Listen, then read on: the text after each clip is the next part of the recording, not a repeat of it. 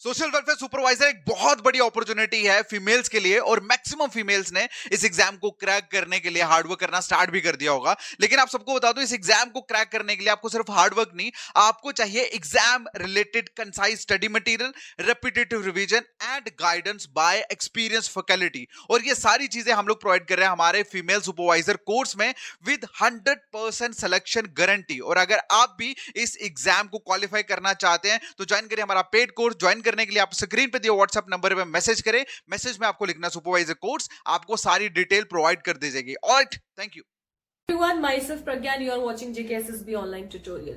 तो जैसे कि कल हमने पढ़ा था, जितने भी आपके MCQs थे रिलेटेड टू आर्टिकल्स वो सारे हमने कब पढ़ लिए थे? कल पढ़े थे, है ना। I made you to practice almost 33 MCQs किसके? डेफिनेट और इनडेफिनेट आर्टिकल के। तो आज आपका एक फ्रेश टॉपिक स्टार्ट करेंगे जो है प्रीपोजिशंस। क्लियर है? तो प्रीपोजिशंस बेसिकली है क्या? प्रीपोजिशंस क्या है? अगर हम इसकी डेफिनेशन देखें तो प्रीपोजिशन क्या है? अ वर्ड और group of word used before a noun, pronoun to show direction, place, time या लोकेशन। प्रीपोजिशन क्या है? वर्ड या ग्रुप ऑफ वर्ड्स जो कहां यूज हो रहा है? किसी नाउन या प्रोनाउन के पहले, क्या बताने के लिए? किसी चीज की डायरेक्शन, टाइम, प्लेस या लोकेशन बताने के लिए। अब एक चीज आपको मैंने स्टार्टिंग में ही बता दी थी कि नाउन क्या होते हैं। अब लेट्स से मैं आपको बता देती हूँ प्रोनाउन क्या है। जो भी चीज नाउन की प्लेस में यूज होती है उसको क्या बोलते हैं हम? प्रोनाउन। जैसे ही, शी, ये सारे क्या है? आपके प्रोनाउंस हैं, राइट। अब क्या है बेसिकली प्रीपोजिशन? अगर हम देखें तो क्या है? वो वर्ड या ग्रुप ऑफ वर्ड्स जो किसी नाउन या प्रोनाउन के पहले यूज हो रहे हैं, क्या बताने के लिए? डायरेक्शन, टाइम या प्लेस या लोकेशन बताने के लिए। क्लियर है? अब क्या है example? Book is on the table. Book कहाँ है? टेबल पे है। अब इसमें ऑन क्या है? ऑन क्या बता रहा है? लोकेशन बता रहा है ना। तो ये क्या आ गया अब हमारा?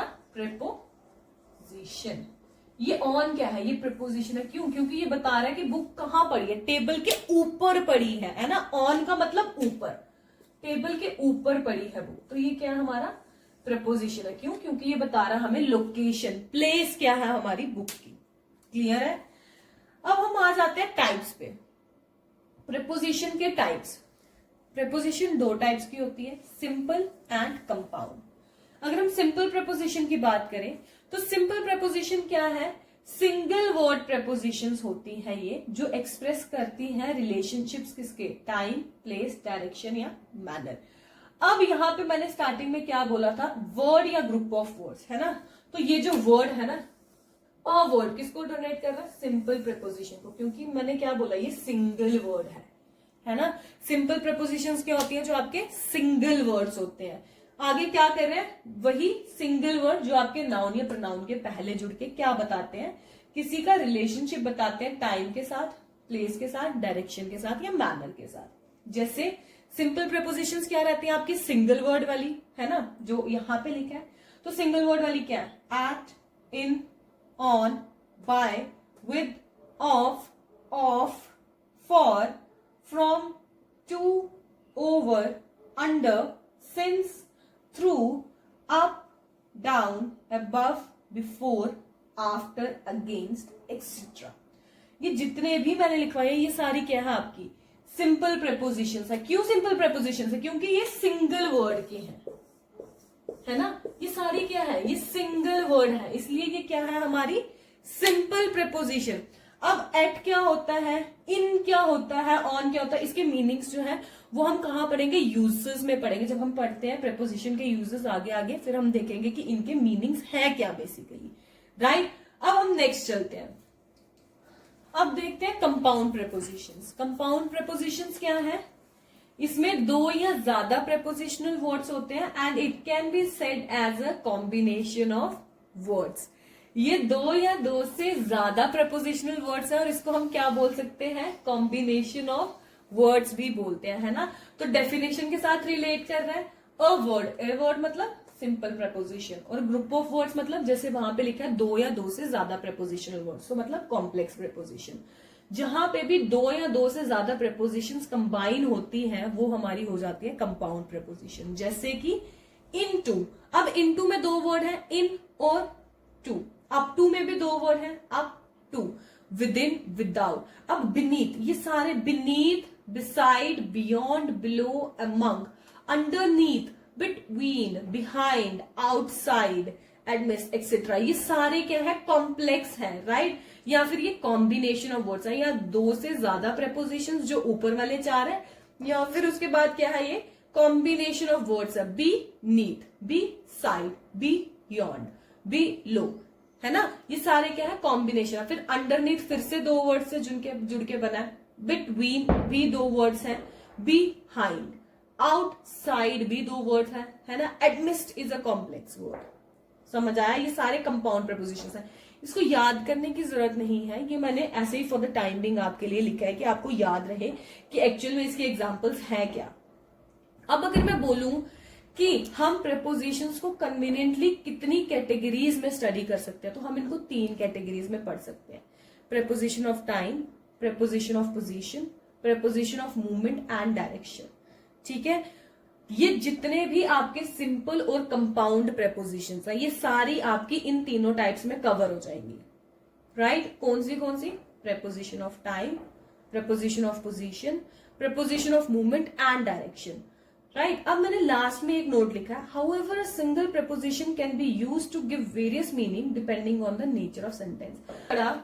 कि एक सिंगल प्रेपोजिशन क्या कर रही है, it can be used to give various meanings, बहुत सारे मीनिंग दे रही है, किस पे डिपेंड होके, नेचर ऑफ सेंटेंस पे यूज होके। मतलब कोई भी आपकी प्रेपोजिशन ले लो आप, लेट्स से ले लो अपनी प्रेपोजिशन सिंपल ले लो, है ना, इन, ऑन, ऑफ, इनमें से कोई भी एक प्रेपोजिशन ले लो, या कॉम्प्लेक्स ले लो, विदिन, विदाउट, मतलब कोई भी प्रेपोजिशन जो सेंटेंस में, अलग अलग सेंटेंसेस में जाके अलग अलग मीनिंग दे रही है ना। तो यही ये लाइन बोल रही है, कोई भी, हाउएवर, एक सिंगल प्रेपोजिशन यूज की जा सकती है, क्या करने के लिए, वेरियस मीनिंग्स देने के लिए, डिपेंड होके नेचर ऑफ सेंटेंस में। ठीक, अब हम इसकी एग्जांपल देखते हैं कैसे। कम एट 6 o'clock शार्प, अब इसको पहले हम हिंदी में देख लेते हैं। कम एट 6 o'clock शार्प, शार्प 6 बजे तुम आ जाना, मतलब 6 बजे आ जाना, तो ये क्या है, टाइम। अब यहाँ पे टाइम की बात हो रही है ना, जैसे कम एट 6 o'clock शार्प, तो ये क्या है, हमारी प्रेपोजिशन ऑफ टाइम है। क्यों, अगर हम इसको हिंदी में देखें, उसने बोला शार्प 6 बजे आ जाना, मतलब वो टाइम पे बुला रहा है, तो ये क्या हो गया, प्रेपोजिशन ऑफ टाइम। अब एट यहाँ पे क्या प्ले कर रही है, as preposition of time. Second अगर हम देखते हैं, look at the black board, black board की तरफ देखो, है ना, पोजीशन बता रही है, कहां देखना है, ब्लैक बोर्ड पे देखना है। तो अब यहाँ पे एट जो है वो टाइम के बारे में ना बताते हुए पोजीशन के बारे में बता रही है। जैसे मैं आपको बोल रही हूँ look at the black board, तो मैं आपको पोजीशन बता रही हूँ कि आपको कहां देखना है, ब्लैक बोर्ड के ऊपर देखना है ना। फाइन। अब थर्ड अगर हम देखते हैं, he throw the ball at the batsman, उसने बॉल कहां फेंकी, बैट्समैन की तरफ फेंकी, उसकी तरफ, तो तरफ क्या होती है, डायरेक्शन होती है। अब थ्रो मतलब फेंकी, तो ये क्या हो गया, preposition of movement of direction. अब यहाँ पे एट जो है, जिसको हम एट बोलते हैं, एट जो है ये क्या कर रहा है, preposition of movement of direction. तो यही 3 एग्जाम्पल से स्टेटमेंट को जस्टिफाई कर रही है कि एक ही प्रेपोजिशन जो अलग अलग सेंटेंसेस में अलग अलग मीनिंग दे रहा है, कहीं पे वो प्रेपोजिशन ऑफ टाइम बन रहा है, कहीं पे वो प्रेपोजिशन ऑफ पोजीशन बन रहा है, और कहीं पे वो preposition of movement of direction बन रहा है। क्लियर है, फाइन। अब हम देखते हैं, सबसे पहले पढ़ेंगे, हमने 3 पढ़े, प्रेपोजिशन ऑफ टाइम, पोजीशन और मूवमेंट ऑफ डायरेक्शन। अब इनमें से हम एक जो है वो इलैबोरेट करके पढ़ेंगे, पहले प्रेपोजिशन ऑफ टाइम। क्लियर है। अब प्रेपोजिशन ऑफ टाइम क्या है, preposition which is used to donate time. Preposition of time क्या है, वो प्रेपोजिशन जो टाइम को डिनोट करती है, उसको हम क्या बोलते हैं, प्रेपोजिशन ऑफ टाइम। कुछ इंपॉर्टेंट प्रेपोजिशन ऑफ टाइम क्या है, at, on, in, by, with in, since, for, from, till, before, after. अब आप बोलोगे मैम इसमें सिंपल और कंपाउंड प्रेपोजिशंस तो मिक्स है ना। तो मैंने पहले ही आपको बोला था सिंपल और कंपाउंड मैंने सिर्फ बाइफरकेट किया है आपके प्रेपोजिशंस को। एट द एंड वो दोनों ही सिंपल और कंपाउंड में से ही प्रेपोजिशंस जो है वो आपके प्रेपोजिशन ऑफ टाइम बन रहे हैं, पोजीशन बन रहे हैं और मूवमेंट ऑफ डायरेक्शन बन रहे हैं। तो प्रेपोजिशन ऑफ टाइम क्या होते हैं, प्रेपोजिशन ऑफ टाइम वो प्रेपोजिशंस होते हैं जो किसी टाइम को डिनोट करते हैं। तो इसका अब हम पहले पढ़ेंगे। सबसे पहले हमारा आता है एट, इन, ऑन। अब हम तीनों के बारे में पढ़ते हैं। अब मैंने आपको बोला था कि इन सबके मैं मीनिंग बताऊंगी, उनके यूजेस में हमें मीनिंग पता चल जाएंगे, ठीक है। एट का क्या है? It usually denotes a definite point of time. At क्या बताता? हमें डेफिनेट पॉइंट बताता है टाइम का। ऐसे नहीं बताता कि हाँ इन द मतलब इवनिंग में या शाम में। डेफिनेट पॉइंट बताता मतलब 9 बजे 10 बजे पर्टिकुलर टाइम बता रहा है ना। तो क्या बता रहा है एट? हमें डेफिनेट पॉइंट बता रहा है टाइम का।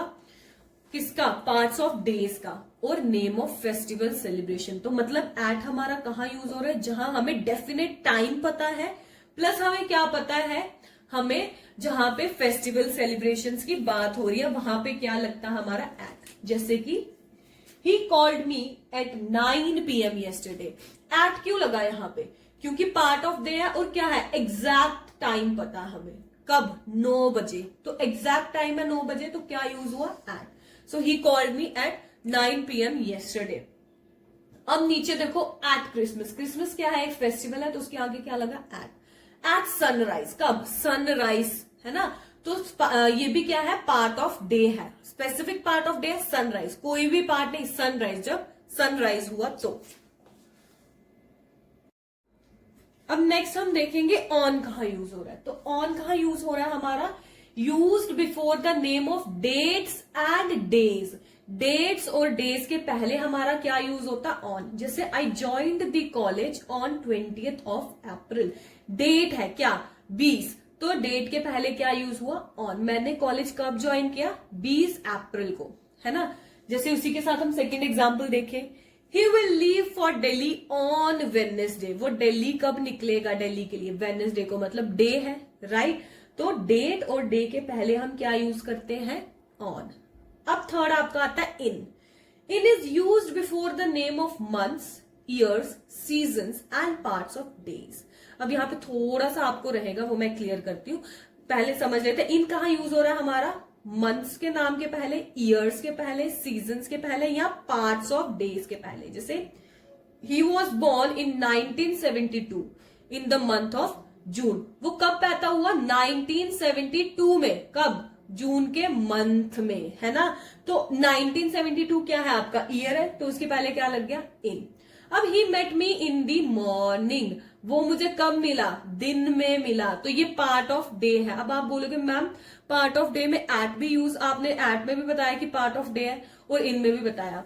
तो इसका डिफरेंशिएट हम कैसे करेंगे? जहां पे हमें पार्ट ऑफ डे का स्पेसिफिक टाइम पता होगा वहां हम एट लगाएंगे, जहां टाइम नहीं पता होगा वहां हम इन लगाएंगे। जैसे उसने मुझे 9 बजे कॉल किया कल, है ना। तो कल किया पार्ट ऑफ डे है, yesterday is a part of day, right. लेकिन कितने बजे? 9 बजे। अब नीचे क्या है? उसने क्या बोला है कि मॉर्निंग में कॉल किया। अब मॉर्निंग में कभी भी वो कॉल कर सकता है। मॉर्निंग कब तक रहती है हमारी? 12 बजे के पहले तो मॉर्निंग ही रहती है। तो it is not a specific time. तो जहां पे आपको पार्ट ऑफ डे का स्पेसिफिक टाइम नहीं मेंशन है वहां हम क्या यूज करेंगे? इन। वैसे ही in the afternoon, in the evening, because in the afternoon, afternoon कब रहती है? 12 से 4 बजे तक। तो इन बिटवीन जो है that is not specifically known, तो इन आएगा। अब हम देखते हैं हमारे नेक्स्ट प्रीपोजिशंस। जैसे नेक्स्ट है आपका आफ्टर। तो आफ्टर कहाँ यूज होता है? पहले हम देख लेते हैं आफ्टर का मतलब क्या होता है। आफ्टर का मतलब होता है किसी एक्सपायरी पीरियड के पहले, एक्सपायरी होना किसी पीरियड का। जैसे after means the expiry of a period of time. Time का एक्सपायर हो जाना, मतलब जितना आपको टाइम दिया हो उसके बाद किसी चीज का होना, राइट। जैसे he returned my book after a week. उसने मेरी बुक एक हफ्ते के बाद वापस दी। हो सकता है उसको मैंने 1-2 दिन का टाइम दिया हो, but he returned my book after a week. तो मतलब वो जो टाइम दिया था that was expired and he perform the action after the expiry of that particular time, right. After मतलब बाद में, बाद में, उसके बाद। तो बाद इटसेल्फ मीन्स कि किसी चीज के होने के बाद, टाइम ऑफ एक्सपायरी के होने के बाद, राइट। थर्ड है आपका with in. Within means before the expiry of a period in any tense. Within होता है उस टाइम के अंदर, अंदर टाइम एक्सपायर होने के पहले, है ना। मतलब आपने कोई चीज दी है और उसके एक्सपायरी होने के पहले, उसके बीच में जो टाइम है, राइट। जैसे आपने चीज दी और बोला इतने दिन तक मुझे वापस कर देना, इसके बीच में जो होता है इसको हम बोलते हैं विद इन, है ना। जैसे I shall return your book within a week, मैं एक हफ्ते के अंदर अंदर तुम्हारी बुक वापस कर दूंगा, ठीक है। फोर्थ आता आपका by. By is use before a noun denoting point of time. By means not later than. By जो है ये कहाँ यूज होता है, उस नाउन के साथ जो आपके टाइम को डिनोट कर रहा है। और बाय मतलब इससे लेट नहीं करूंगा, जैसे I will have finished my work by Sunday 3 PM। Sunday 3 बजे से पहले पहले मैं अपना काम खत्म कर लूंगा, उसके बाद नहीं करूंगा, है ना। मतलब उसके पहले पहले मैं 3 बजे से लेट नहीं होऊंगा, मैं 3 बजे से पहले पहले अपना काम खत्म कर लूंगा। टाइम डिनोट कर रहा है ना, it is denoting the point of time. Time क्या है, 3 बजे से पहले पहले मैं अपना काम फिनिश करूंगा, राइट। टिल क्या है, is use before a noun denoting point of time. ये भी टिल जो है ये भी किसके साथ यूज होता है, नाउन के साथ जो पॉइंट ऑफ टाइम को डिनोट कर रहा है। लेकिन इसका मतलब क्या है, अप टू और नॉट अर्लियर देन। जैसे बाय का क्या मतलब था कि इसके पहले पहले, इससे मैं लेट नहीं होऊंगा, राइट। टिल का क्या मतलब है, अप टू मतलब मैं कहां तक, इधर इस हद तक मैं ये चीज करूंगा। जैसे I shell work till 5 AM, मैं 5 बजे तक काम करूंगा, है ना। और बाय का क्या था, अब बाय और टिल जो है वो कंफ्यूजन क्रिएट करता है, तो कंफ्यूजन नहीं क्रिएट करनी है, सिर्फ ये सोचना है कि हाँ दोनों पॉइंट ऑफ टाइम डिनोट कर रहे हैं। नाउन दोनों जो है नाउन के पहले यूज होते हैं जो हमारे पॉइंट ऑफ टाइम को डिनोट कर रहे हैं, लेकिन दोनों में क्या फर्क है। बाय का मतलब है कि इस लिमिट के पहले पहले मैं कर दूंगा ये चीज, इस लिमिट के पहले पहले, जैसे 3 बजे से पहले पहले मैं अपना काम खत्म कर दूंगा। लेकिन टिल का क्या मतलब है कि मैं इस हद तक ये चीज करूंगा, 5 बजे तक मैं काम करूंगा। I shall work till 5 AM, मैं 5 बजे तक काम करूंगा। और बाय का क्या मतलब है, बाय का मतलब है कि इससे इस टाइम तक मैं कंप्लीट कर दूंगा, है ना। इस टाइम तक टाइम लिमिट सेट है, उससे पहले पहले मैं करूंगा। टिल में भी टाइम लिमिट सेट है, लेकिन उसने ये नहीं बोला कि इसके पहले पहले करूंगा, उसने बोला मैं इस टाइम तक करूंगा। ये हो गया इसके पहले पहले, और वो हो गया इस टाइम तक मैं ये चीज करूंगा। जैसे I shell work till 5 AM, मैं 5 बजे तक काम करूंगा। अब टिल जो है it is used to mark the end of period, किसी पीरियड के एंड को भी ये मार्क करता है। जैसे मैं I work from 8 in the morning till 8 in night, वो एक पूरा पीरियड बता रहा है कि सुबह 8 से लेके रात के 8 बजे तक मैं काम करता हूं, राइट। आई नो ये थोड़े से ट्विस्टिंग है, कंफ्यूजिंग नहीं है, ट्विस्टिंग है। अगर आप इनकी डेफिनेशंस को अच्छे से समझोगे तो ये आपको बहुत फ्रूटफुल रिजल्ट देगा, राइट। तो आपने क्या करना, इनके अच्छे से नोट बनाने हैं। आज के लिए आपके इतने ही हम प्रेपोजिशंस जो है वो प्रैक्टिस करेंगे। अभी आपका प्रेपोजिशन ऑफ टाइम खत्म नहीं हुआ है, इसकी एक क्लास और होगी। और अगर मुझे लगा कि ये कल की क्लास में खत्म हो रहा तो प्रेपोजिशन ऑफ पोजीशन भी हम साथ में ही स्टार्ट कर देंगे, राइट। लेकिन आपने ये चीजें जो है वो बार बार रिपीट करनी है, राइट। इनके मतलब समझने हैं। बाय और टिल थोड़ा कंफ्यूजिंग है, लेकिन फिर भी मैंने आपको समझा दिया। बाय मतलब इस चीज के पहले पहले, और टिल हो गया इस हद तक, पहले पहले और इस टाइम तक। तो दोनों में एक बहुत बड़ा डिफरेंस है, राइट। तो डेफिनेशंस इनकी अच्छे से समझो ताकि आपको एमसीक्यू सॉल्व करने में प्रॉब्लम ना आए। क्लियर है, बाकी का हम कल पढ़ेंगे। Till then take care, bye bye and see you in the next video. Bye.